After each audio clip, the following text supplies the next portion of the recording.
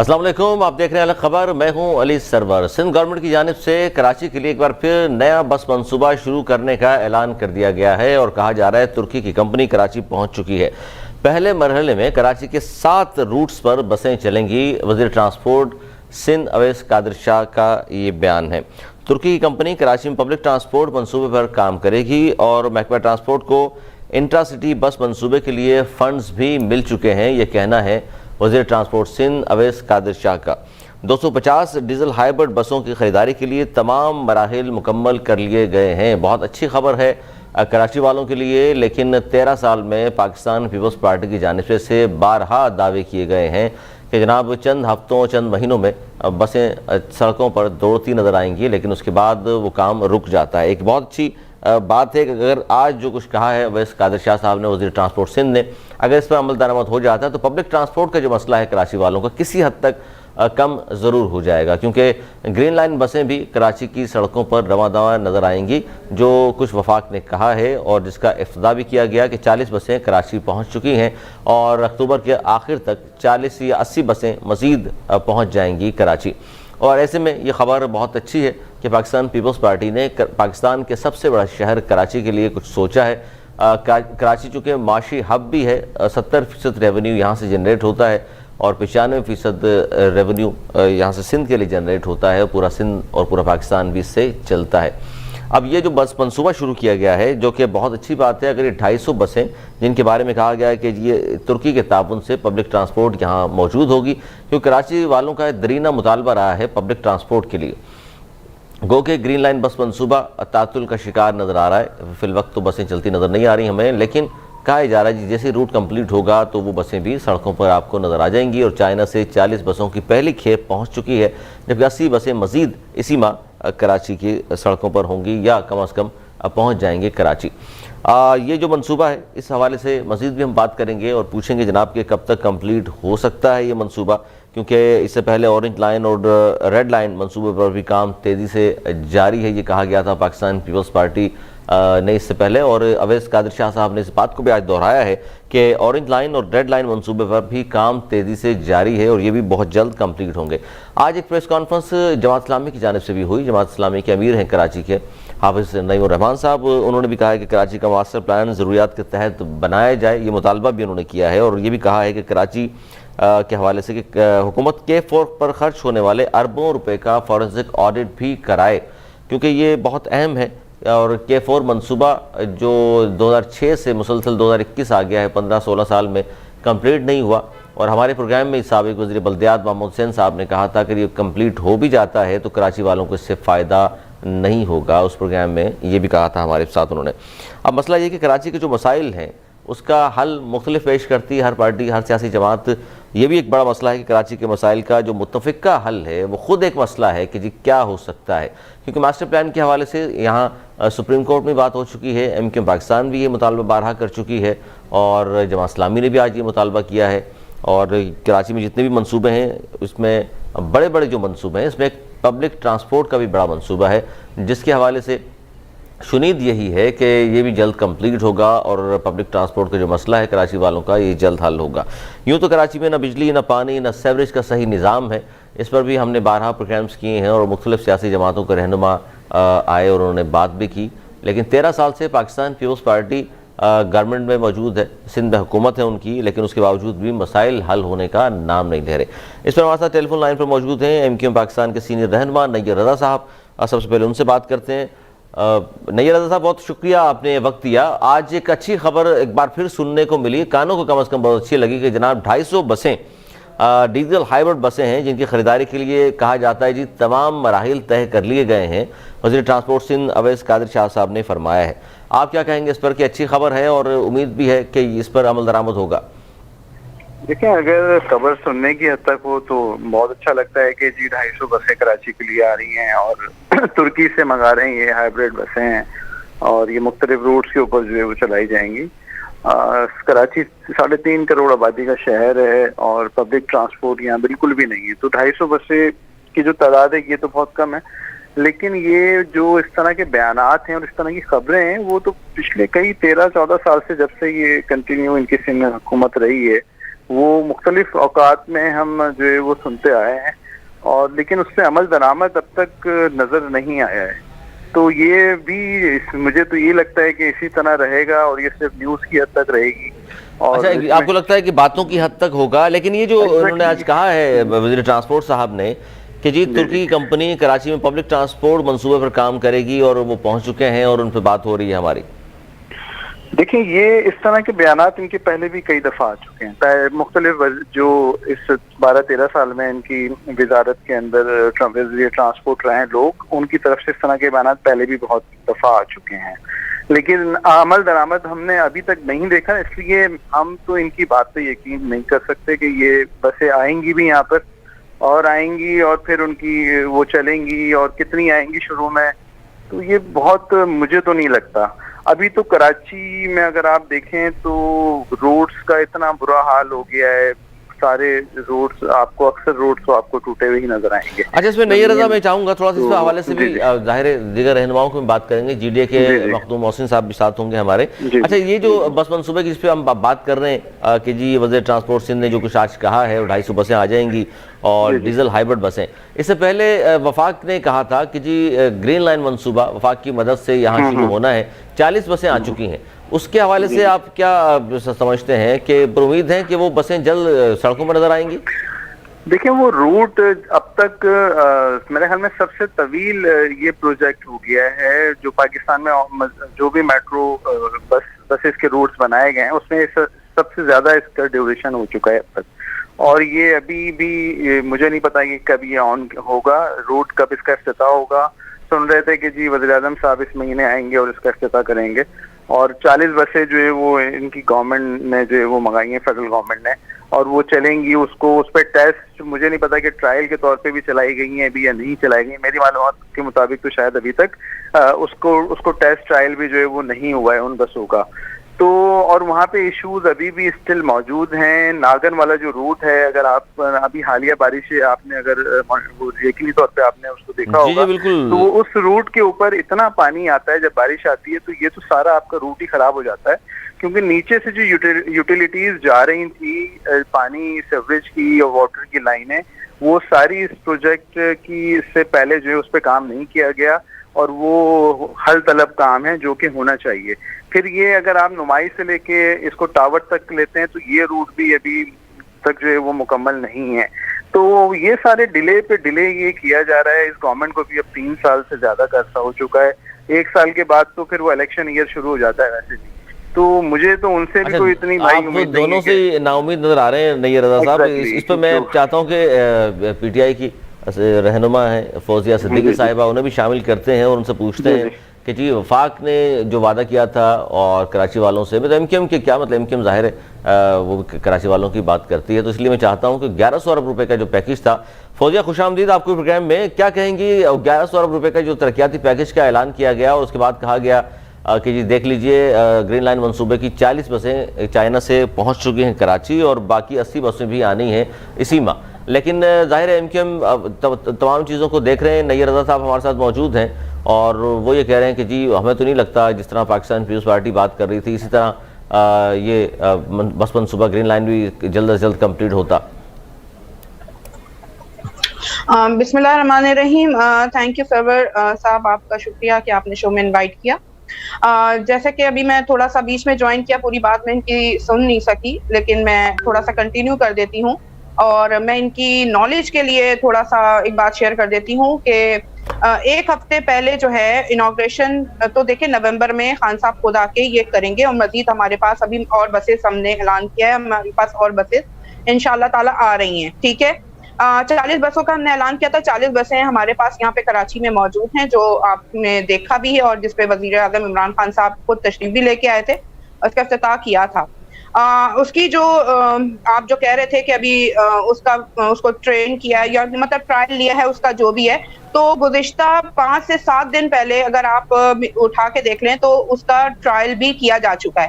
ठीक है, जिसमें हमारे तमाम MPAs MNAs जो भी मतलब पार्लियामेंटेरियंस थे वो उसमें थे, गवर्नर साहब खुद मौजूद थे तो अगर सीएम साहब वहां नहीं थे तो ये तो फिर उनको सोचना चाहिए कि वो अच्छा, वहां इस क्यों नहीं थे। पर आप दोनों के साथ साथ यहाँ मैं खुशामदीद कहूँगा इकबाल सान साहब को, मामले खुसूसी हैं वज़ीर आला सिंध के, पाकिस्तान पीपल्स पार्टी का सीनियर रहनुमा।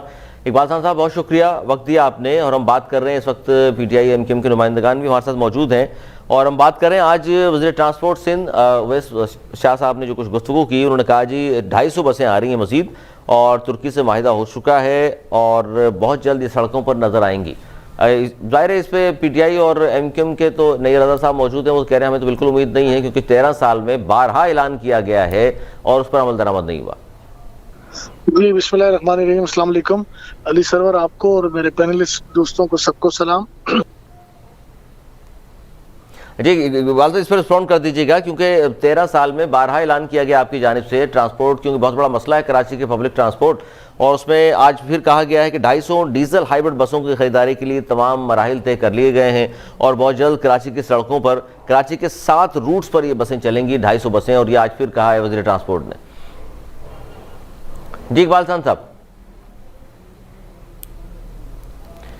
अच्छा इस पर नईर रज़ा साहब, जो फौजिया सिद्दीकी साहिबा बात कर रही हैं, और इस पर क्यों लगता है आपको खासतौर पर ग्रीन लाइन बसों के हवाले से 40 बसें पहुंची तो सही कम से कम कराची, लेकिन रूट के हवाले से जो आप बात कर रहे हैं वो दुरुस्त है कि अब तक तो वो कंप्लीट नहीं हुआ? जी नईर रज़ा साहब का अगर फौजिया साहब ने बताया कि जी वहाँ पे ट्रायल हो चुका है, टेस्ट ट्रायल हुआ है वहाँ जी, पे, गवर्नर साहब गए थे, अच्छी- बिल्कुल बहुत अच्छी बात है अगर ये हो चुका है, लेकिन मेरे फिर भी थोड़े से तहफ़्फ़ुज़ात ये रहेंगे कि देखें वहाँ पे ड्राइवर्स की हायरिंग, वहाँ पे जो एम्प्लॉयमेंट जो स्टेशंस को चलाएंगे, क्या उनकी हायरिंग मुकम्मल कर ली गई है मुलाजमीन की? और नहीं सर, हायरिंग के अलावा नईर रज़ा साहब वहाँ उनकी ट्रेनिंग भी तो होनी है, क्योंकि जदीद बसें ट्रेनिंग हैं होनी ये। है, एग्जैक्टली ट्रेनिंग होनी है, तो बहुत सारे जो प्रोसीजर्स होते हैं वो उनको मुकम्मल करना पड़ता है। तो मुझे कहीं दरअसल मुझे ये चीजें नजर आई नहीं है अब तक। वो बिल्कुल अच्छी बात है, 40 बसें आ गई, और ये इस गवर्नमेंट का बिल्कुल क्रेडिट जाता है कि इन्होंने 40 बसें मंगा ली और ये इस रूट के ऊपर चलाने के लिए भी कोशिश कर रहे हैं बिल्कुल। लेकिन टेक्निकली कुछ इश्यूज हैं उस रूट के ऊपर जो हमें नजर आ रहे हैं टेक्निकल। नहीं अच्छा, ये आप नहीं समझते नईर रज़ा साहब कि ये टेक्निकल इश्यूज जिनकी हम बात कर रहे हैं, इस पर जाहिर है मैंने एक प्रोग्राम भी पूरा किया था कि क्या क्या फॉल्ट मौजूद हैं, जिसमें एक सबसे बड़ा मसला तो रूट का है, रूट कंप्लीट नहीं हुआ। अच्छा, फिर जाहिर है भर्तियां होंगी ड्राइवर्स की, फिर उनके जाहिर तरबियत की बड़ी मसाइल का सामना होगा, तो ये जल्दबाजी में इफ्तिताह कर दिया गया, क्योंकि लगता नहीं है कि इतनी जल्दी ये मसला हल होगा। देखिए वो तो लाजमी बात है, एक तो ये बहुत डिले हो, जब भी कोई भी प्रोजेक्ट अली जब भी बहुत डिले होगा ना, तो फिर उसका इफ्तिताह फिर इसी तरीके से बहुत जल्दबाजी में किया जाता है। जैसे कि आपने पेशावर का जो BRT है वो आप मिसाल उसके सामने है, आपके सामने। तो हम ये चाहते हैं कि कराची का जो ग्रीन लाइन प्रोजेक्ट है ये कोई मॉडल प्रोजेक्ट के तौर पे ही जो है वो बनाया जाए। ऐसा ना हो कि ये 40 बसें चलें और फिर फॉल्ट सामने आए और फिर बसों को रोका जाए, फिर स्टॉप किया जाए। तो हमारी तो राय ये है कि जो टेक्निकल इश्यूज हैं उनको जल्द अज जल्द जो है वो मुकम्मल किया जाए, और उम्मीद है हमें इनसे, गवर्नमेंट से, PTI की गवर्नमेंट से हमें उम्मीद है कि ये करेंगे, इसको रिजॉल्व करेंगे ये, और ये बिल्कुल करना भी चाहिए। देखिए कराची के लोगों ने इनको भी मैंडेट दिया है, इनको वोट दिया 2018 के इलेक्शन में। पहले वोट दिया, तो आप तस्लीम कर रहे हैं, वरना बहुत सारे लोग तभी भी एतराज करके बैठे हैं। वो उम्मीद करते हैं कि कराची में जिस तरह PTI का मैंडेट है, इसी तरह सिर्फ ये ऐलानात की हद तक ना रहे, 1100 अरब रुपए अलग सिर्फ ऐलान ना रहे। देखें ऐलान तक महदूद ना हो, जिस तरह पाकिस्तान पीपल्स पार्टी बार बार सवाल उठता है। इकबाल साहब क्या कहेंगे इस पर? आप वजीर ट्रांसपोर्ट ने आज 250 बसों की बात की है कि बहुत जल्द कराची की सड़कों पर होंगी। देखिए अली सरवर, मैं सॉरी लाइन कट गई थी। जी जी, मैं कहूँगा कि शायद ये बसों वाले मामले में हमारी पार्टी हुकूमत सिंध जो है थोड़ा स्लो थी, इसमें कोई दो राय नहीं है। लेकिन आज अगर ऐलान हुआ है और इस पर काम शुरू हुआ है तो मैं समझता हूँ कि हमें अप्रिशिएट करना चाहिए और बेहतरी की तरफ एक इकदाम है। देखें बेहतरी की गुंजाइश हमेशा रहती है, और जहाँ तक सिंध हुकूमत का काम है, दीगर बहुत सारे शोबों में हुकूमत सिंध बहुत अच्छा परफॉर्म कर रही है। एक ट्रांसपोर्ट के इशू को लेके विद इन द पार्टी भी और कैबिनेट की मीटिंग्स में भी इस बात का इजहार होता है कि इस इशू पर शायद वो परफॉर्मेंस हमारी नहीं रही ट्रांसपोर्ट के हवाले से। क्या वजूहत क्या है इकबाल साहब? 13 साल में आप खुद तस्लीम कर रहे हैं इस बात को कि जो परफॉर्मेंस होनी चाहिए थी वो नहीं, बल्कि मैं तो जीरो इसलिए कहूंगा कि 13 साल में जाहिर है आप 100 बसें भी नहीं ला सके सड़कों पर। पब्लिक ट्रांसपोर्ट का बहुत बड़ा मसला है कराची जैसे बड़े शहर के लिए। वजूहत क्या है, क्यों तवज्जो नहीं थी? देखिए मैंने कहा ना, जैसे देखिए एतराफ़ करना कोई छोटी बात नहीं होती कि, लेकिन मैं समझ रहा हूँ, मैं जो बार-बार आपसे कह रहा हूँ कि मैं समझ रहा हूँ, ये ट्रांसपोर्ट वाले इश्यू पे हुकूमत सिंध जो है या वज़ीर ट्रांसपोर्ट जो है वो उस तरह नहीं परफ़ॉर्म कर पाई। यकीनन हमारी इसमें कहीं न कहीं कोताही रही होगी, हमारी सुस्ती रही होगी। लेकिन अब जब अच्छा इक़दाम होने जा रहा है, चीज़ें ठीक होने जा रही हैं, तो हमें अप्रिशिएट करना चाहिए। अप्रिशिएट करना चाहिए कि 250 बसें की बात की है वज़ीर ट्रांसपोर्ट सिंध ने। मखदूम मोहसिन साहब को भी शामिल करूंगा, जीडीए के सीनियर रहनुमा है। मखदूम साहब बहुत शुक्रिया। और एक अच्छी खबर यह है कि जिस पर आपने बात का आगाज़ किया है कि वज़ीर ट्रांसपोर्ट सिंध का कराची में बस मनसूबा जल्द शुरू करने का उन्होंने ऐलान किया है। और वो कह रहे हैं कि 250 बसें डीजल हाइब्रिड बसें जिनकी खरीदारी के लिए तमाम मराहिल तय कर लिए गए हैं और फंड भी मिल गए हैं उन्हें। आप भी पूरी उम्मीद है कि इंशाल्लाह ये वाकई जो कुछ कहा जा रहा है इस बार, इससे पहले तो बारहा कहा गया, लेकिन इस बार कम अज़ कम ये ना सिर्फ ऐलान होगा बल्कि इस पर अमल दरामद भी होगा। जी मखदूम साहब। की पॉलिटिक्स में बातें होती हैं, बातों की हद तक चीजें इम्प्लीमेंट नहीं होती, वो सिंध गवर्नमेंट हो या चाहे फेडरल गवर्नमेंट हो। दो वी आर कोलिजन पार्टनर्स, लेकिन जो बातें फेडरल गवर्नमेंट करती है उन पे भी इम्प्लीमेंट नहीं हो रहा अभी तक। और ट्रांसपोर्ट का तो ठीक है, इशू है। अगर आज सिंध गवर्नमेंट ने एक इनिशिएटिव लिया है तो हम उसे अप्रिशिएट करते हैं। अगर ये इम्प्लीमेंट हो, ऐसा ना हो कि बातों की हद तक हो। और मसला सिर्फ ट्रांसपोर्ट का नहीं है, मसला आप इरिगेशन डिपार्टमेंट को आप देख लें पूरे प्रोविंस में, उसमें काफी सारे इश्यूज हैं। आप एजुकेशन डिपार्टमेंट को देख लें कि जहाँ पे 6,000 रुपए की डेस्क 29,000 रुपए में खरीदने की कोशिश की जाती है। आप और भी सारे और हेल्थ डिपार्टमेंट आपके सामने है, एजुकेशन डिपार्टमेंट आपके सामने, रेवेन्यू डिपार्टमेंट का ये हाल है कि 50,000 से 1 लाख रुपए की रिश्वत के अलावा सेल्स सर्टिफिकेट लोगों को इशू नहीं होते। और भी बहुत सारे ये ट्रांसपोर्ट का जो बात कर रहे थे इकबाल खान साहब, आप कह रहे थे जी इसमें सिर्फ कोताही हुई है ट्रांसपोर्ट के मसले में, बाकी जो चीजें मखदूम मोहसिन साहब जो बता रहे हैं इस पर भी तवज्जो नहीं है आपकी गवर्नमेंट की। तनकीद करनी है तो सियासी जमातें, लेकिन जो सियासी जमातें होती हैं और जो सियासी जमातें होती हैं वो आवाम को जवाबदेह होती हैं। और जब जब आवाम की तरफ वो जाती है, पैमाना तो यही है कि जब आवाम उनको उनकी हिमायत में या उनकी सपोर्ट में उनको अगर किसी भी इलेक्शन में उनको कामयाबी दे, तो उसका मतलब ये होता है कि आवाम को सियासी हुकूमत की जो कारगुजारी है उस पर एतमाद का इजहार है। तो मैं समझता हूँ जो पैमाना है नापने का, वो है डेमोक्रेसी में। तो हम समझते हैं कि ताकत का सरचश्मा आवाम है। बाकी लोगों ने डिबेट करनी है, बहस करनी है, आपने अपना प्रोग्राम ऑन एयर करना है, किसी ने अपनी बात करनी है और बिल्कुल करनी चाहिए, सबका राइट है। अच्छा मतलब आप ये कह रहे हैं तनकीद बड़ा तनकीद है, इसमें हकायक नहीं है। देखिए अगर मैं कहूँ कि दीगर सूबों के मुकाबले में सिंध की परफॉर्मेंस जो है वो बहुत ज्यादा बेहतर है। मैंने जिससे कहा कि पहले एक शोबे में देखिए इतराफ करना भी ये हौसले और दिलेरी की बात होती है। बिल्कुल सही है। तो एक शोबे के अलावा दीगर शोबों में पाकिस्तान पीपल्स पार्टी की सिंध हुकूमत में है, उसकी परफॉर्मेंस दीगर सूबों से बहुत बेहतर है। जी फौजिया सिद्दीकी साहिबा सुन रही तमाम गुफ्तगू, आपके अपने जो इत्तेहादी हैं वो जीडीए वाले हों या एमकेएम, वो भी खुश नहीं हैं। वो भी कह रहे हैं कि जी 1100 अरब रुपए का जो तरक्याती पैकेज खान साहब ने ऐलान किया और उसके बाद ये 40 बसें हमें सिर्फ नजर आई हैं, वो भी ज़ाहिर चल नहीं रही, फिलहाल तो खड़ी हुई हैं। देखिए सरवर, अभी गुज़िश्ता आपने देखा टेन्योर में किस तरीके से काम होता रहा। हमारी गवर्नमेंट को आए 3 साल हुए हैं, जिसमें तरक्याती फंड की मद में भी 9.90 बिलियन जो हैं वो हमारे लोगों को दिए गए, जिसके वजह से तरक्याती फंड के हवाले से आप पर बात इसलिए हो रही है फौजिया के पीटीआई हुकूमत के 3 साल हो चुके हैं, उसके बावजूद भी कराची के मसाइल वहीं के वहीं मौजूद हैं। पीपल्स पार्टी पे तो हम तनकीद कर रहे हैं ना 13 साल की कारकर्दगी। मेरी बात सुने ना, देखिए मेरी बात सुने। पीपल्स पार्टी जो है वो हमेशा 18 अमेंडमेंट के पीछे चली जाती है। हर काम में, हर मामलात में ये इंटरफेयर करते हैं और 18 अमेंडमेंट को सामने ले आते हैं। वफाक को इख्तियार ही नहीं देते, वफाक को आने ही नहीं देते कोई काम करने के लिए। ये गुज़िश्ता आप अदवार में आपको किसने रोका कराची में काम करने से? क्या पीपल्स पार्टी रोकती है आपको काम करने से? नहीं, देखिए आप सुनते जाए ना। 40 बसें आप ले आई हैं सड़कों पर। मैंने तो सुन लिया। मखदूम भाई जो है हमारे पीपल्स पार्टी की तरफ से, इन्होंने चीजों का एतराफ कर लिया, ये बड़ी अच्छी बात है। मखदूम साहब तो जीडीए से ताल्लुक है, इकबाल खान साहब हैं पाकिस्तान पीपल्स पार्टी से। अच्छा इकबाल खान साहब, अच्छा उन्होंने एतराफ कर लिया, चले ये भी बड़ी बात है ना कि कम से कम अपनी। तो आप भी एतराफ कर लें कि 1100 का जो मंसूबा हमने लॉलीपॉप दिया था एमकेएम वालों को या कराची वालों को, उस पर अमल दरामद नहीं हो सका, हम भी माजरत चाहते हैं। नहीं, देखें सरवर मेरी बात सुने, देखें हम अपना काम कर रहे हैं। हमने तरक्याती फंड भी रिलीज किए, ठीक है, इलाकों में काम हो रहा है, ऐसा नहीं है कि इलाकों में काम नहीं हो रहा। आप जाके देखें ये कौन से इलाके हैं जहां जहां पीटीआई वाले भी काम कर रहे हैं, वहां पीपल्स पार्टी वाले भी काम कर रहे हैं, लेकिन कराची में तरक्की फिर नहीं हो रही, काम फिर नहीं हो रहे, ना बिजली का मसला हल हो रहा है, ना सीवरेज का निजाम हल हो रहा है, ना पानी आ रहा है। काम के ऊपर मेरी बात सुने ना, पीटीआई के काम के ऊपर तो आके अपना झंडा लगा देते हैं। कितनी जगह पे ऐसी मामलात हुए, कितनी आपस में लड़ाइयां हुई, चीजें हुई हैं, इस तरह नहीं होता।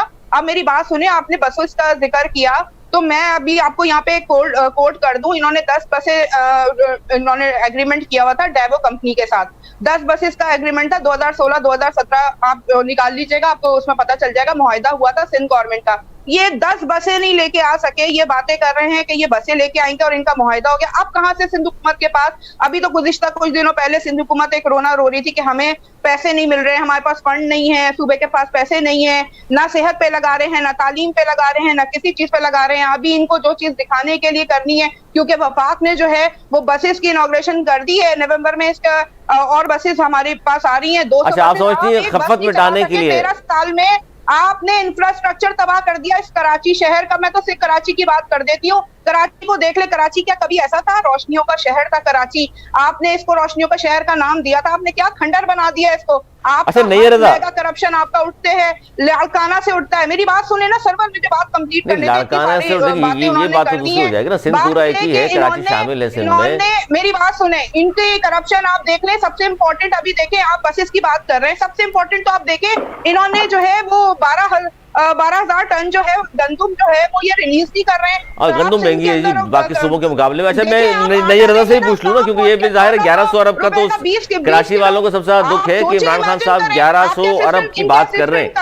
कमिश्नर वो सब मिले में, चलें ठीक है, इसमें भी जवाब में इकबाल भाई से जवाब ले लेता हूँ। लेकिन नई रजा साहब जी जी सर, क्या कहेंगे 1100 अरब की जो बार बार हम बात कर रहे हैं कि जिस कराची वालों के लिए भी एक अच्छी खबर थी, और खासतौर पे आप लोगों ने माहिदा भी किया, तहरीरी शक्ल में एक माहिदा भी था, तो अमल दरामद तो हो नहीं रहा। फिर नई रजा साहब क्या करेंगे? लेकिन अली, उसमें टेक्निकल प्रॉब्लम ये आता है, जैसे फौजिया साहिबा बता रही है ना कि 18वीं तरमीम के पीछे सिंध गवर्नमेंट आ जाती है। मैं आपको बताऊं, फेडरल गवर्नमेंट को डायरेक्टली पैसा किस तरह खर्च किया जाए। जब मेयर कराची वसीम अख्तर भाई थे तो 1.5 अरब रुपए या 1 अरब के कुछ प्रोजेक्ट जो है वो दिए गए थे, केएमसी को दिए गए थे, और फिर उन्होंने कुछ वहाँ पे कुछ जगहों पे जो है वो मुशावरत से आपस में फिर काम भी किया था। अब सिंध गवर्नमेंट की को तो पैसे देने का मतलब है कि वो सबके पैसे जो हैं वो कमीशन की नजर हो जाएंगे। और ये बात बिल्कुल ठीक है कि ये सिर्फ ट्रांसपोर्ट का तो बुरा ही हाल है, सिंध में तो तमाम ही डिपार्टमेंट्स का बुरा हाल है। अगर आप बिल्कुल जो है ईमानदारी से सर्वे करवाएं इन डिपार्टमेंट्स में, तो आपको अंदाजा हो जाएगा वहाँ पे क्या हशर है। वोट किस तरह अंदरूनी सिंध डाले जाते हैं वो कोई ढकी छुपी बात नहीं है भाई, ठीक है। पीपल्स पार्टी किस तरह इलेक्शन जीतती है अंदरूनी सिंध, ये भी सब जानते हैं। जिस दिन भी पाकिस्तान में, सिंध में और यहाँ पे शफाफ इलेक्शन हो तो आप समझते हैं पीपल्स पार्टी नहीं जीत सकेगी? इकबाल खान साहब वो कह रहे हैं वोट बिल्कुल ठीक है कि वोट से जो जीत कर आता है उसकी तो जाहिर इज्जत तो होनी चाहिए, और होती है, छोड़कर आते हैं। लेकिन एतराजात इसलिए हैं, वो कह रहे हैं अगर आप हकीकी वोट से आते लोगों के तो आपको मसाइल का अदराक भी होता और हल भी करते आप। बिल्कुल, ये ना हकीकी वोट से आए, और ये बात करते हैं ना, आप सिंध के हॉस्पिटल चले जाएं, सिंध के हॉस्पिटल, सिंध के स्कूल चले जाएं आप, देखिए, और बहुत सारे इदारे, जैसे मखदूम साहब ने कहा कि बहुत सारे ऐसे इदारे जो तबाह कर दिए हैं। और अगर पूरे मैं कहता हूँ आपको कि ना अहल तरीन गवर्नमेंट है ये सूबाई हुकूमत जो सिंध की है, और ये हमारी शायद बहुत ही बड़ी बदकिस्मती है, कराची वालों की भी, सिंध वालों की, कि हमें ये हुक्मरान मिले हुए। अच्छा, बदकिस्मती है इकबाल खान साहब, हमें इनसे निजात कम से कम दिला दे भाई, वरना ये अल्लाह ताला से दुआ गो हैं आपके सारे। जाहिर है इकबाल खान साहब अपोजिशन की तरफ से आवाजें सुन रहे हैं आप। देखिए, अगर मैंने नैयर भाई की बात बड़ी तसल्ली से सुनी है, और मैं चाहूंगा कि मेरी बात भी तसल्ली से सुने। इन्होंने कहा जी सिंध में कैसे वोट लेती है पीपल्स पार्टी, ये सब जानते हैं। तो मेरे भाई, कराची में कैंटोनमेंट के इलेक्शन हाल ही में गुजरा है, और पाकिस्तान पीपल्स पार्टी वोटों के एतबार से सबसे बड़ी पार्टी बनकर सामने आई है। तो ये कैसे इस बात का खुलासा करेंगे कि जनाब पीपल्स पार्टी को कराची में लोग जोक दर जोक वोट दे रहे हैं जब से उनकी जान एमकेएम से छूटी है, और इस शहर में होने वाली दहशतगर्दी से ये शहर अब आजाद होना शुरू हुआ है। देखिए, कराची के अंदर 2 बार इलेक्शन हुए, एक PS 88 का हुआ और दूसरा इलेक्शन हुआ NA 249 का। किस तरह कराची के लोगों ने इन दोनों सियासी जमातों को रद्द किया और कितनी बुरी तरह रद्द किया, ये इनके लिए लम्हा फिक्रिया है, हमारे लिए नहीं है। देखिए मैं क्या कहता हूँ, मैं कहता हूँ कि आपकी परफॉर्मेंस का पैमाना क्या है? पैमाना है अवाम की राय, पैमाना है अवाम का वोट। अगर आप हल्के खुदा की आवाज को नकारे खुदा न समझो, आप अवामी ताकत को सरचश्मा न समझो, तो फिर ये आपका कसूर है, मेरा कसूर नहीं है। आप अपनी बगलों में झांके जरा, आप अपने गिरेबानों में झांके जरा और ये मालूम करें कि आपकी अपनी हैसियत कराची शहर में इन दोनों सियासी पार्टियों की क्या होती जा रही है। ये अपनी सीटें गंवा रहे, ये अपना वोट बैंक कम करते जा रहे, डे बाई डे कम करते जा रहे, और इनको फिक्र लगी है पाकिस्तान पीपल्स पार्टी की। पाकिस्तान पीपल्स वोट बैंक कम क्यों हो रहा है और पाकिस्तान पीपल्स पार्टी का वोट बैंक कराची से क्यों बढ़ रहा है, ये बात तो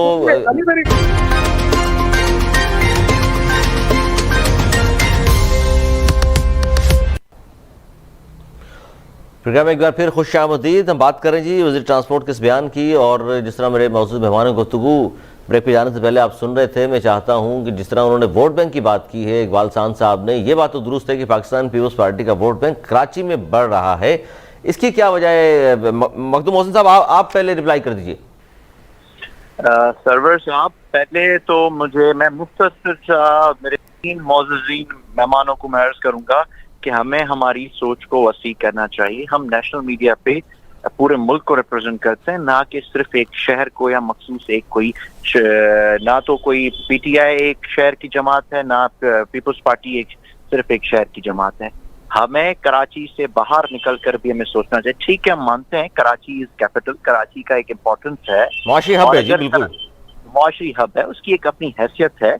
लेकिन हमें ये भी सोचना है कि पाकिस्तान का क्या हाल हो रहा है, हमारे सूबे का क्या हाल हो रहा है। पाकिस्तान का हाल किसने किया मोहसिन साहब? ये फिर पीटीआई भी बात आएगी, आप लोग इत्तेहादी भी हैं, फिर वहां सब लोगों पे देखें, हमें इज्तिमाई हमें सच कहना चाहिए। अब जैसे मेरे पीपल्स पार्टी के भाई ने कहा कि ठीक है, वो उन्होंने एतराफ किया, ये एक अच्छा मैसेज है। और इसी तरह मैं कहता हूँ जैसे कुछ सिंध हुकूमत के अच्छे काम है, मैं अपोजिशन में हूँ और मेरा कोई पीपल्स पार्टी में शामिल होने का इरादा भी नहीं है, मुझे पीपल्स पार्टी के सामने इलेक्शंस करनी है लेकिन बात यह है कि जैसे NICVT उन्होंने बेहतर काम किया, बेहतर है, लेकिन सिंध में करप्शन सबसे बड़ा मसला है। अगर ट्रांसपोर्ट की आज इन्होंने बात की है कि इतनी बसेस वो ला रहे हैं, तो मुझे इस चीज पे बहुत बड़ी तशवीश है कि अगर ये लाएंगे भी सही, तो इनमें करप्शन कितनी होगी, लीकेज कितनी होगी, उस चीज को ये कैसे रोकेंगे, उस चीज पे कैसे अमल दरामद होगी। और हमें ये तो कबल वक्त बात है ना फिर मोहसिन साहब, ये तो कबल वक्त बात है कि आएंगी बसें, करप्शन तो उसके बाद फिर देखा जाएगा जनाब उसमें हुई है या नहीं हुई। लेकिन बाकी बातों से मुत्तफिक है कि जिस तरह वोट बैंक बढ़ रहा है कराची में पाकिस्तान पीपल्स पार्टी का, उन्होंने मिसाल भी दी 249 की, 88 की, तो और ये खासतौर पर अभी जो इलेक्शन हुए कैंटोनमेंट्स के, इसमें तो पाकिस्तान पीपल्स पार्टी की पहले से ज्यादा सीटें हो गई हैं। ठीक वो कराची में 1-2 सीटें अगर बढ़ भी गई, एक जमात जो भुट्टो साहब के जमाने में लाहौर स्वीप करके आती थी, एक जमात कश्मीर में हुकूमतें बनाती थी, जब सरदार याकूब कश्मीर के प्रेसिडेंट बनते थे, एक जमात जो वजारत उस्मा के लिए बार बार मद्दे मुकाबल होती थी, 3-4 दफा उन पार्टी के वजीर आजम बने, तीसरे नंबर में चली गई। ठीक है, वो एक जमात सूबे तक बन गई। तो देखिए मसला तो है ना एक जगह, बाकी पॉलिटिक्स में ऐसा होता है कहीं वोट बढ़ जाते हैं, कहीं कम हो जाते हैं। जिसमें नैयर रजा साहब MKM की जानिब ज्यादा इशारा है कि जी कंटोनमेंट के इलेक्शन में भी आप लोगों की सीटें पहले से कम हो गई। अच्छा, ये इकबाल भाई बिल्कुल काबिल इज्जत है, हमारे भी मेहमान हैं ये। इकबाल भाई को मैं सिर्फ अर्ज ये करूंगा कि मेरे भाई, अगर बल्दिया टाउन का इलेक्शन आप देखें या जो ये PS1 88 का इलेक्शन देखें, इसमें टर्न आउट क्या रहा है लोगों का, कैंटोनमेंट में क्या टर्न आउट रहा है लोगों का। MQM ने वो सीटें कैंटोनमेंट की जो कि हमारे लोग 2500 और 3000 वोटों से जीतते थे, आज पीपल्स पार्टी अगर कोई जीता है तो उसको 600, 650 या 700 वोट पड़े या 800 वोट पड़े। यानी कि आपका वोटर आप ये कहने चाह रहे हैं कि नाराज है, आपको वोट नहीं दिया उन्होंने। मेरा कहना ये है कि टर्न आउट बहुत कम हो गया है। ऐसे ही आप बल्दिया का टर्न आउट निकाल लें जहाँ पे 16,000 पे जीत गए, ठीक है, हमारे दोस्त में जितना वोट पड़ा था कि आप इतना पड़ा था, तो लोग तो देखें, लोग अभी इलेक्शंस में लोगों का इंटरेस्ट एक तो जो है वो खत्म होता जा रहा है। एक तो प्रॉब्लम ये जिसकी वजह बहुत सारी हो सकती है, माशी इश्यूज भी हो सकते हैं, और जो यहाँ पे पॉलिटिक्स चल रही है पूरे सियासी जमातों से बेजारी भी हो सकती है कि जनाब सबको मौका देख लिया, कोई कारकर्दगी नहीं हुई किसी की भी। एग्जैक्टली। लेकिन इकबाल भाई ये मुझे बता दें कि 1 साल हो गया है, सिर्फ अगर कराची की मैं बात कर लेता हूँ, 1 साल से तमाम डिप्टी कमिश्नर्स आपके पास हैं, एडमिनिस्ट्रेटर आपके हैं, वजीर बल्दियात आपके हैं, वजीर आला सिंध आपके पास हैं, पूरा पुलिस, आप मतलब सारे सब कुछ इनके पास है ना। तो कराची से भाई कचरा क्यों नहीं उठता, कराची में रोड क्यों नहीं बनते, कराची में लाइट्स क्यों नहीं लगती, कराची में पार्क क्यों नहीं बनते, अब क्यों डेवलपमेंट? एक साल में जाहिर है वसीम अख्तर साहब को गए हुए 1 साल हो गया है मेयर कराची को गए हुए। अली अब तो सब कुछ इनके पास, अब तो सब कुछ है जी, बिल्कुल ये बात तो सही है इकबाल खान साहब, ये बात तो दुरुस्त है कि मेयर कराची के पास अगर इख्तियारात नहीं थे, आपके एडमिनिस्ट्रेटर के पास तो सारे इख्तियारात थे, सारे महकमे उनके अंडर में हैं, आपकी गवर्नमेंट मौजूद है सिंध में। जी इकबाल खान साहब, अच्छा इकबाल खान साहब मैं आता हूँ आपके, आप जवाब दीजिए फौजिया सिद्दीकी साहिबा कि ये दोनों इत्तेहादी भी आपके किसी हद तक इनकी नाराजगी की वजह है कि 3 साल में आपकी कारकर्दगी भी ऐसी नहीं रही जिसको मिसाल बनाकर पेश किया जाता कि जनाब पीपल्स पार्टी की कारकर्दगी नहीं है तो हमारी कारकर्दगी आप देख लीजिए। देखिए सरवर, अली सरवर साहब, बात यह है कि दोस्तों की हुकूमत में कोलैबोरेशंस भी होती हैं, चीजें होती हैं और सबकी अपनी एक राय आमा भी होती है, मतलब सब अपनी राय भी रख सकते हैं, इख्तिलाफ राय भी रख सकते हैं। लेकिन देखें, पीटीआई की गवर्नमेंट ने कम से कम कराची के लिए या सिंध के लिए सोचा तो।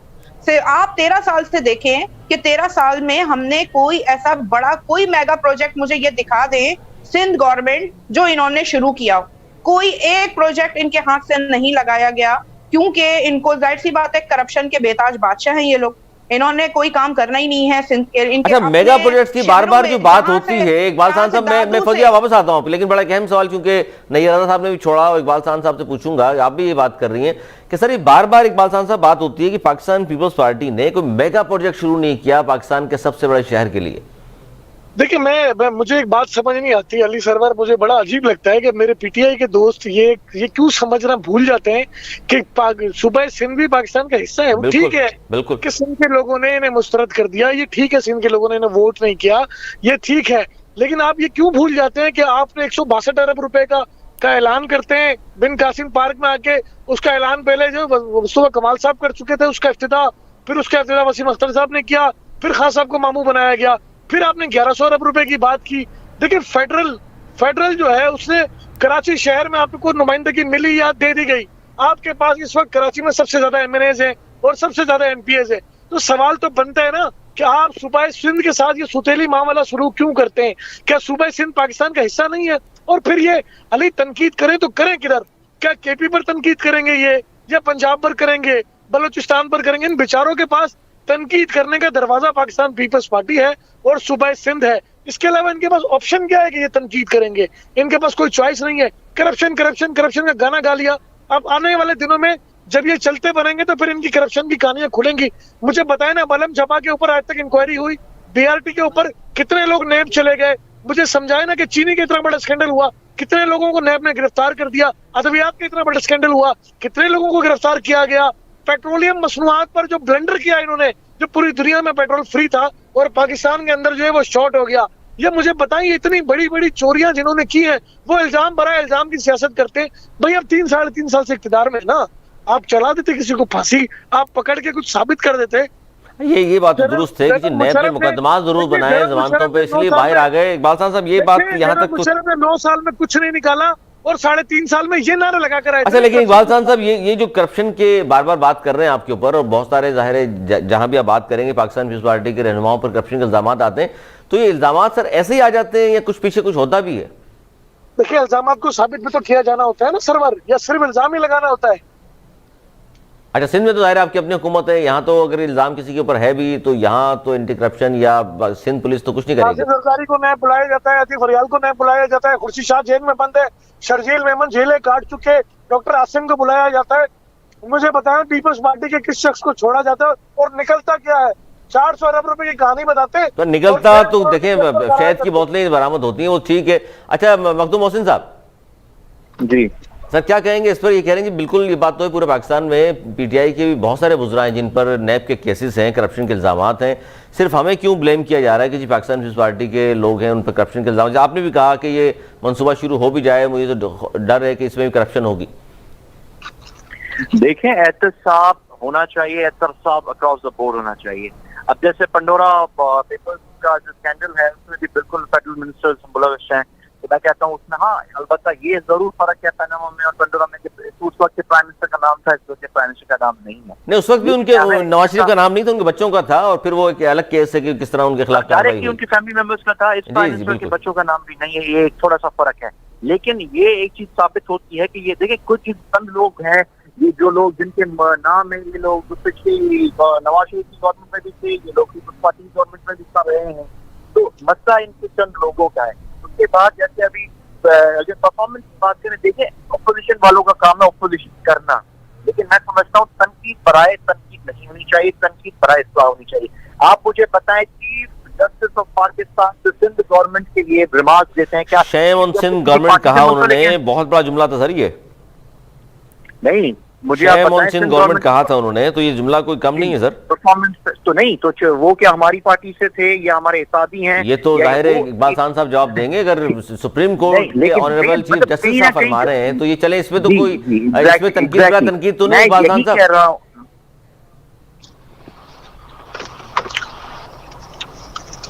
इकबाल साहब, ये सुप्रीम कोर्ट का अगर चीफ जस्टिस कह रहा है कि शेम ऑन सिंध गवर्नमेंट, तो अब इस पे ना पीटीआई का कोई कसूर है, ना एमक्यूएम वाले, ना जीडीए वाले तनकीद कर रहे हैं। सुप्रीम कोर्ट भी ये समझती है कि काम नहीं हो रहा सिंध में। देखिए चीफ जस्टिस साहब बादशाह आदमी है, मैं कुछ कहूंगा तो तौहीन अदालत का नोटिस आ जाएगा, लिहाजा मैं समझता हूँ कि मैं इस पे कमेंट्स ना करूँ तो बेहतर है। कहने के लिए मेरे पास बहुत कुछ है।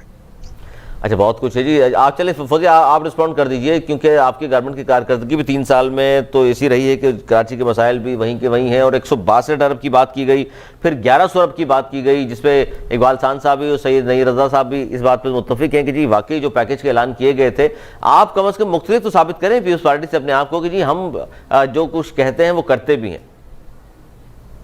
देखिए 1100 अरब रुपए की बात जो खान साहब करके गए थे ना, तो खान साहब ने उसके बाद जो मीटिंग बुलाई थी सिंध गवर्नमेंट के, मतलब सीएम साहब को भी बुलाया था, गवर्नर सिंध इमरान इस्माइल भी उस मीटिंग में मौजूद थे, तो उनसे वाजे कहा गया था कि आप प्रोजेक्ट्स जो हैं, जिस तरह मैं बात अभी ये कर रही हूँ कि इन्होंने कोई मेगा प्रोजेक्ट नहीं दिया आज तक, जब खान साहब ने भी इनसे बात करी कि आप सिंध के हवाले से तरतीब बनाएं, कौन से प्रोजेक्ट्स करने हैं, किन किन प्रोजेक्ट पे हमने काम करना है, तो वो सीएम साहब जब वहां से वापस आए, उसके अलावा उन्होंने सिर्फ कोविड के ऊपर तनकीदें की हैं।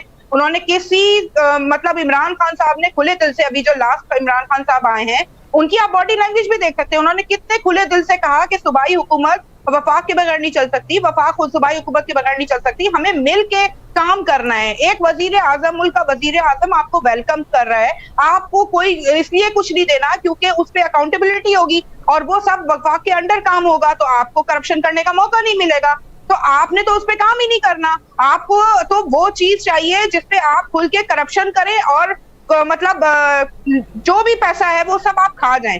जिस तरीके से अभी आप देखें, गंदुम की मैं बात कर रही हूँ, सबसे बहुत इंपॉर्टेंट टॉपिक है सरवर ये, जिसके ऊपर बात नहीं की जा रही, गंदुम क्यों नहीं रिलीज की जा रही, आटे का बहरान करके आप आवाम की ये बात तो दुरुस्त है, ये बात तो दुरुस्त है नहीं रहा साहब, इस पे तो आप लोग भी जाहिर है दोस्तों आप लोगों को बात करनी चाहिए कि पंजाब में आटे का रेट कुछ और है और कराची या सिंध में रेट कुछ और है। यहाँ 75 रुपए मिल रहा है तो वहाँ 55 रुपए क्यों मिल रहा है? आवाम के साथ ये तो लोगों की करने वाला छीन लिया इन्होंने। ये 18वीं तरमीम के बाद सारा का सारा पैसा देखें प्रोविंशियल जो है वो इनको मिलता है, सूबों को मिलता है, प्रोविंसेस को मिलता है, और ये इनको जितनी डेवलपमेंट है वो सब इन्हीं की जिम्मेदारी होती है, इनको कराना चाहिए। उसके बाद फेडरल गवर्नमेंट को बड़े प्रोजेक्ट जो होते हैं उसमें फिर फेडरल गवर्नमेंट जो है वो अपना भी हिस्सा डालती है, ठीक है। लेकिन हमारी बदकिस्मती रही कि हमने 18वीं तरमीम के जो सोच रहे थे कि जी वो सूबे जब एम्पावर्ड हो जाएंगे तो वो बेहतर चीजें होंगी, जो सम्राट थे आप समझते हैं वो नहीं मिले, वो नहीं मिले क्योंकि सूबों ने नीचे डिस्ट्रिक्ट को नहीं दिया ना। देखिए नीचे डिस्ट्रिक्ट लेवल तक पैसा मुंतकिल ही नहीं हुआ। ये एनएफसी पर तो चीफ थे वज़ीर आला साहब, ये पीएफसी क्यों नहीं दिए गए नीचे? पिछले कई सालों से ये तो पीएफसी नहीं कराया इन्होंने, वज़ीर आला सिंध ने, ठीक है। गंदुम का कोई राइट नहीं है कि ये फेडरल गवर्नमेंट को इस तरह जवाब दें। सीएम ऐसे नहीं प्राइम मिनिस्टर को जवाब देता जिस तरह ये देते हैं। चीफ जस्टिस के लिए इनके रिमार्क्स नहीं है क्या रिकॉर्ड के ऊपर है? अभी इन्होंने क्या एक पार्टी के अंदर इन्होंने कमेंट्स किए हैं कि जी हम भी बहुत कुछ बोलना चाहते हैं। तो आप तो तौहीन अदालत करते रहते हो यार, आपका तो काम यही है। आपने तो तैयारा भी अगवा आप ही लोगों ने किया था, भूल गए हो आप शायद जुल्फ़िकार, आप सब भूल गए हो। अब 71 में क्या हुआ था आप सारी चीजें भूल चुके हो अब, ठीक है। अब आप दूसरी तरफ लग गए हो, पीपल्स पार्टी, अब पैसा कमाने में लग गए हो। आप एनआरओ मुशर्रफ साहब से किसने लिया था, भूल जाए ये कौन से मोहतरमा जो वापस आई थी एनआरओ के तहत। ये इकबाल खान साहब, ये जो आप बात कर रहे हैं कि हम रिमार्क्स नहीं देना चाह रहे supreme court honourable chief justice पर, लेकिन कारकर्दगी पे तो कम से कम आप बोल सकते हैं। जिस वक्त जितनी भी हम बातें कर रहे हैं इस वक्त कि जनाब गंदम का बहरान है तो वो सिंध में रेट कुछ और होता है, पंजाब में कुछ और होता है। मेगा प्रोजेक्ट की हम बात करते हैं कि जी कोई नहीं हुआ तो आप कह रहे हैं कि जी देख लीजिए पीटीआई ने भी कुछ नहीं किया। सर ये देखिए तनकीद बड़ा तनकीद की बात तो आप कर रहे हैं, क्योंकि मैं आपसे सवाल करूं या पीटीआई की जानिब से ये सवाल आए कि जनाब आप लोगों ने क्या किया है, तो आपको चाहिए कि अपनी कारकर्दगी पेश करें, ना कि तनकीद करना शुरू करें।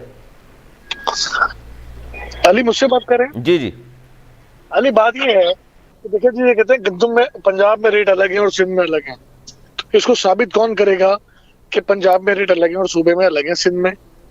अरे पूरी इसकी वीडियोस हैं, चैनल्स पे चल रही हैं, आप लोगों ने वीडियोस बना के पोस्ट डाली है। हम तो मेरे भाई बात भी नहीं कर रहे, आप मीडिया नहीं देख रहे शायद, आप मीडिया को देख ले, हमने तो नहीं बनाई ना वीडियोस। बर्दाश्त करें प्लीज, आप भी बर्दाश्त करें ना, थोड़ा सा हौसला रखें, घबराए नहीं। आप इस बात का जवाब दें। 5 साल से 3 साल से आप लोगों ने कोई लिस्टें नहीं दी किसी कमिश्नर की तरफ से, किसी मार्केट वाले के पास कोई लिस्ट नहीं है। आप इस बात को सोचे, जिसकी जो मर्जी आ रही है, आप हैदराबाद में रेट चेक कर लें, आप वहाँ दुकानों पे रेट चेक कर लें, कोई किसी का कोई रेट है, किसी का कोई रेट है, उनसे पूछा जाए तो वो कहते हैं मैं खुद ग्रोसरी भाई मैं खुद करती हूँ, मैं एक मिडिल क्लास घर की बेटी हूँ, मैं खुद करती हूँ, मैं आपको खुद करके दिखा दूंगी। चले ठीक है, आप कौन से शहर की बात करते हैं, आप उस शहर की मुझे बात करें, मैं वहां जाके करके दिखाऊंगा। सर्वर में बात में कर लूंगा, इनको बोलने। जी बोलिए इकबाल भाई, बोलिए इकबाल साहब। मैं इनका सुन तो रहा था इतनी देर से मैं। जी नहीं, अब आप इसका जवाब दे दें। जवाब दे दें इकबाल साहब। ये जो नई रजा साहब ने जो इल्जामात लगाए वो भी, और ये आप 2 मिनट मेरी सुन लें। अभी नए इक़्तिदार में आए हैं, सुने आप मुझे नहीं बताएं, आप आवाम को बताएं। मुझे सुनना भी नहीं है, मुझे सब पता है, आवाम को बताएं। अच्छा सुन ले इकबाल साहब का जवाब तो सुने। आपको नहीं पता है, आप लोग तो सो रहे हैं, आप लोग पूरे सिंध को मार के सोएंगे ना, आप लोगों को तो ये दर्द ही नहीं है कि आप आवाम के रोटी छीन के बैठे हैं। पूरा सिंध आपको मुस्तरद करता है। कैसे मुस्तरद करता है? वो जो बात करी हमारे एमपी के साथी ने अभी कि नहीं, कैसे मुस्तरद करता है? NA-249 में आप मेरी बात सुने, मलिर से उठा के ट्रांसफर करने के बाद आप वहाँ पे वोटिंग करते हैं। आप लोग इसीलिए तो आप लोग आ नहीं रहे उस चीज के ऊपर, ईवीएम के ऊपर आप लोग क्यों नहीं आ रहे? इसलिए कि आपको पता है आप रिजेक्टेड है। ये बाजा बंद करें, सुने, आप बाजा बंद करें, आप बात तमीज से करें, बात लॉजिकल करें, आप बाजा दलील से बात होनी चाहिए। झूठी बातें 13 साल से आप बाजे बजा रहे हैं। इकबाल साहब, हमने इसीलिए हमने वो किया है कि सिंध के लोग पीपल्स पार्टी पर एतमाद करते हैं।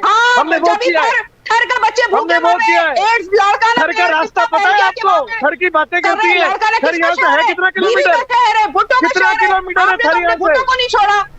कितना किलोमीटर है घर यहाँ से? बात कर रहे हैं, आपको तो बात करने की तमीज नहीं है। सुन ले एक एक करके। जी पूरी दुनिया में जो बच्चे छोड़ के वो थोड़ी होता है। जी इकबाल साहब अपनी लैंग्वेज सोचिए, सुन ले इकबाल साहब की बात सुन ले। बाजा बंद करवाएं।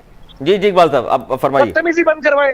ये बाजा तो बंद नहीं होगा भाई, आवाम जाग चुकी है। आवाम फौजिया सुन ले, जवाब तो सुन ले उनका जवाब तो सुन ले। फौजिया जवाब सुन ले, फौजिया जवाब सुन ले, फौजिया जवाब सुन ले, जवाब तो सुन ले। इकबाल खान साहब जो कहना चाह रहे हैं जवाब सुन ले। जरूरत ही नहीं है इनके अंदर, जी जरूरत ही नहीं है।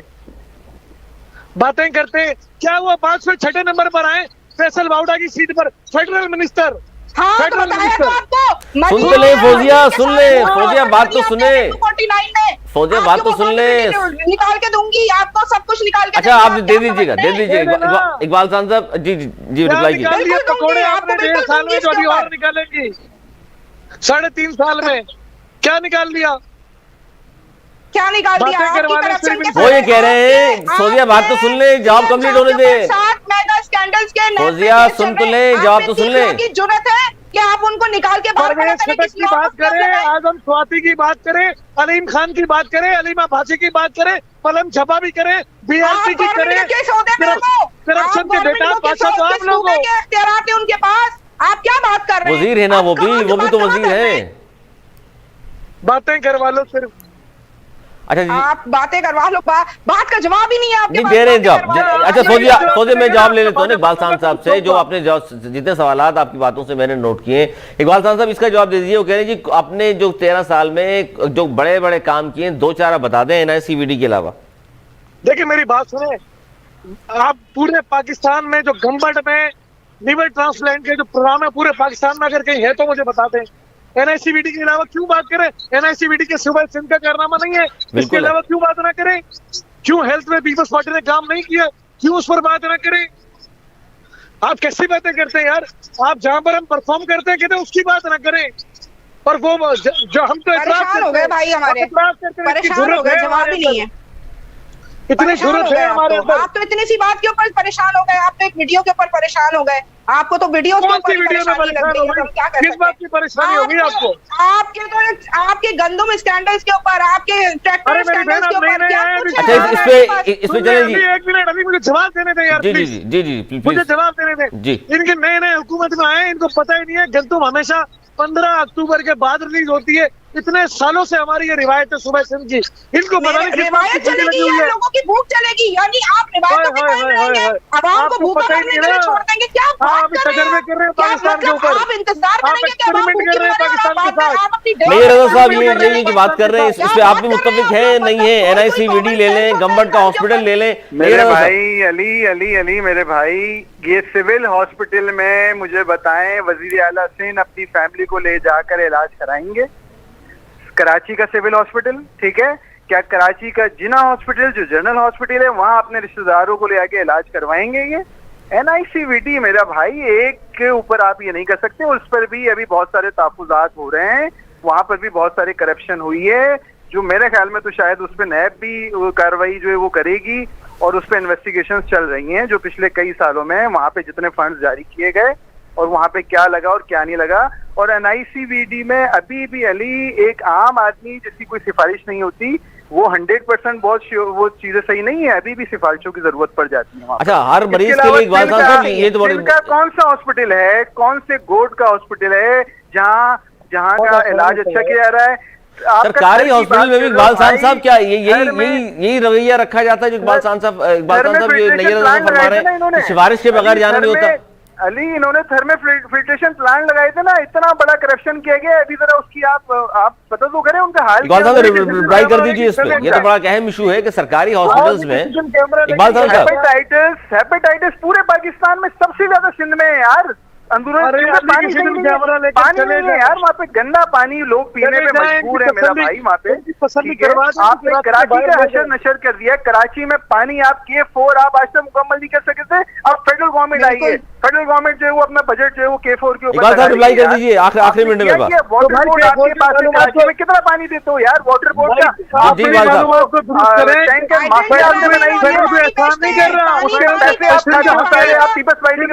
फेडरल एहसान नहीं कर रहा, कोई सूबे का हक है। बहुत शुक्रिया इकबाल खान साहब आपका, नैयर साहब आपका, फौजिया सिद्दीकी साहब आपका। जी जी जी बिल्कुल, इस गुफ्तगू नाज़रीन आपने सुनी और हमने बात की आज ट्रांसपोर्ट के हवाले से कि जनाब खुशखबरी थी, लेकिन तहफ़्फ़ुज़ात बहुत हैं अपोजिशन जमातों के, क्योंकि 13 साल में बारहा पाकिस्तान पीपल्स पार्टी ऐलान कर चुकी है और लेकिन ट्रांसपोर्ट सड़कों पर नज़र नहीं आई, मनसूबे जो थे उनका अमली जामा नहीं पहनाया जा सका। आज तक के लिए इतना ही। अगर प्रोग्राम तक के लिए अली सरवर और मेरी टीम को दीजिए इजाज़त। मौलाना निगहबान।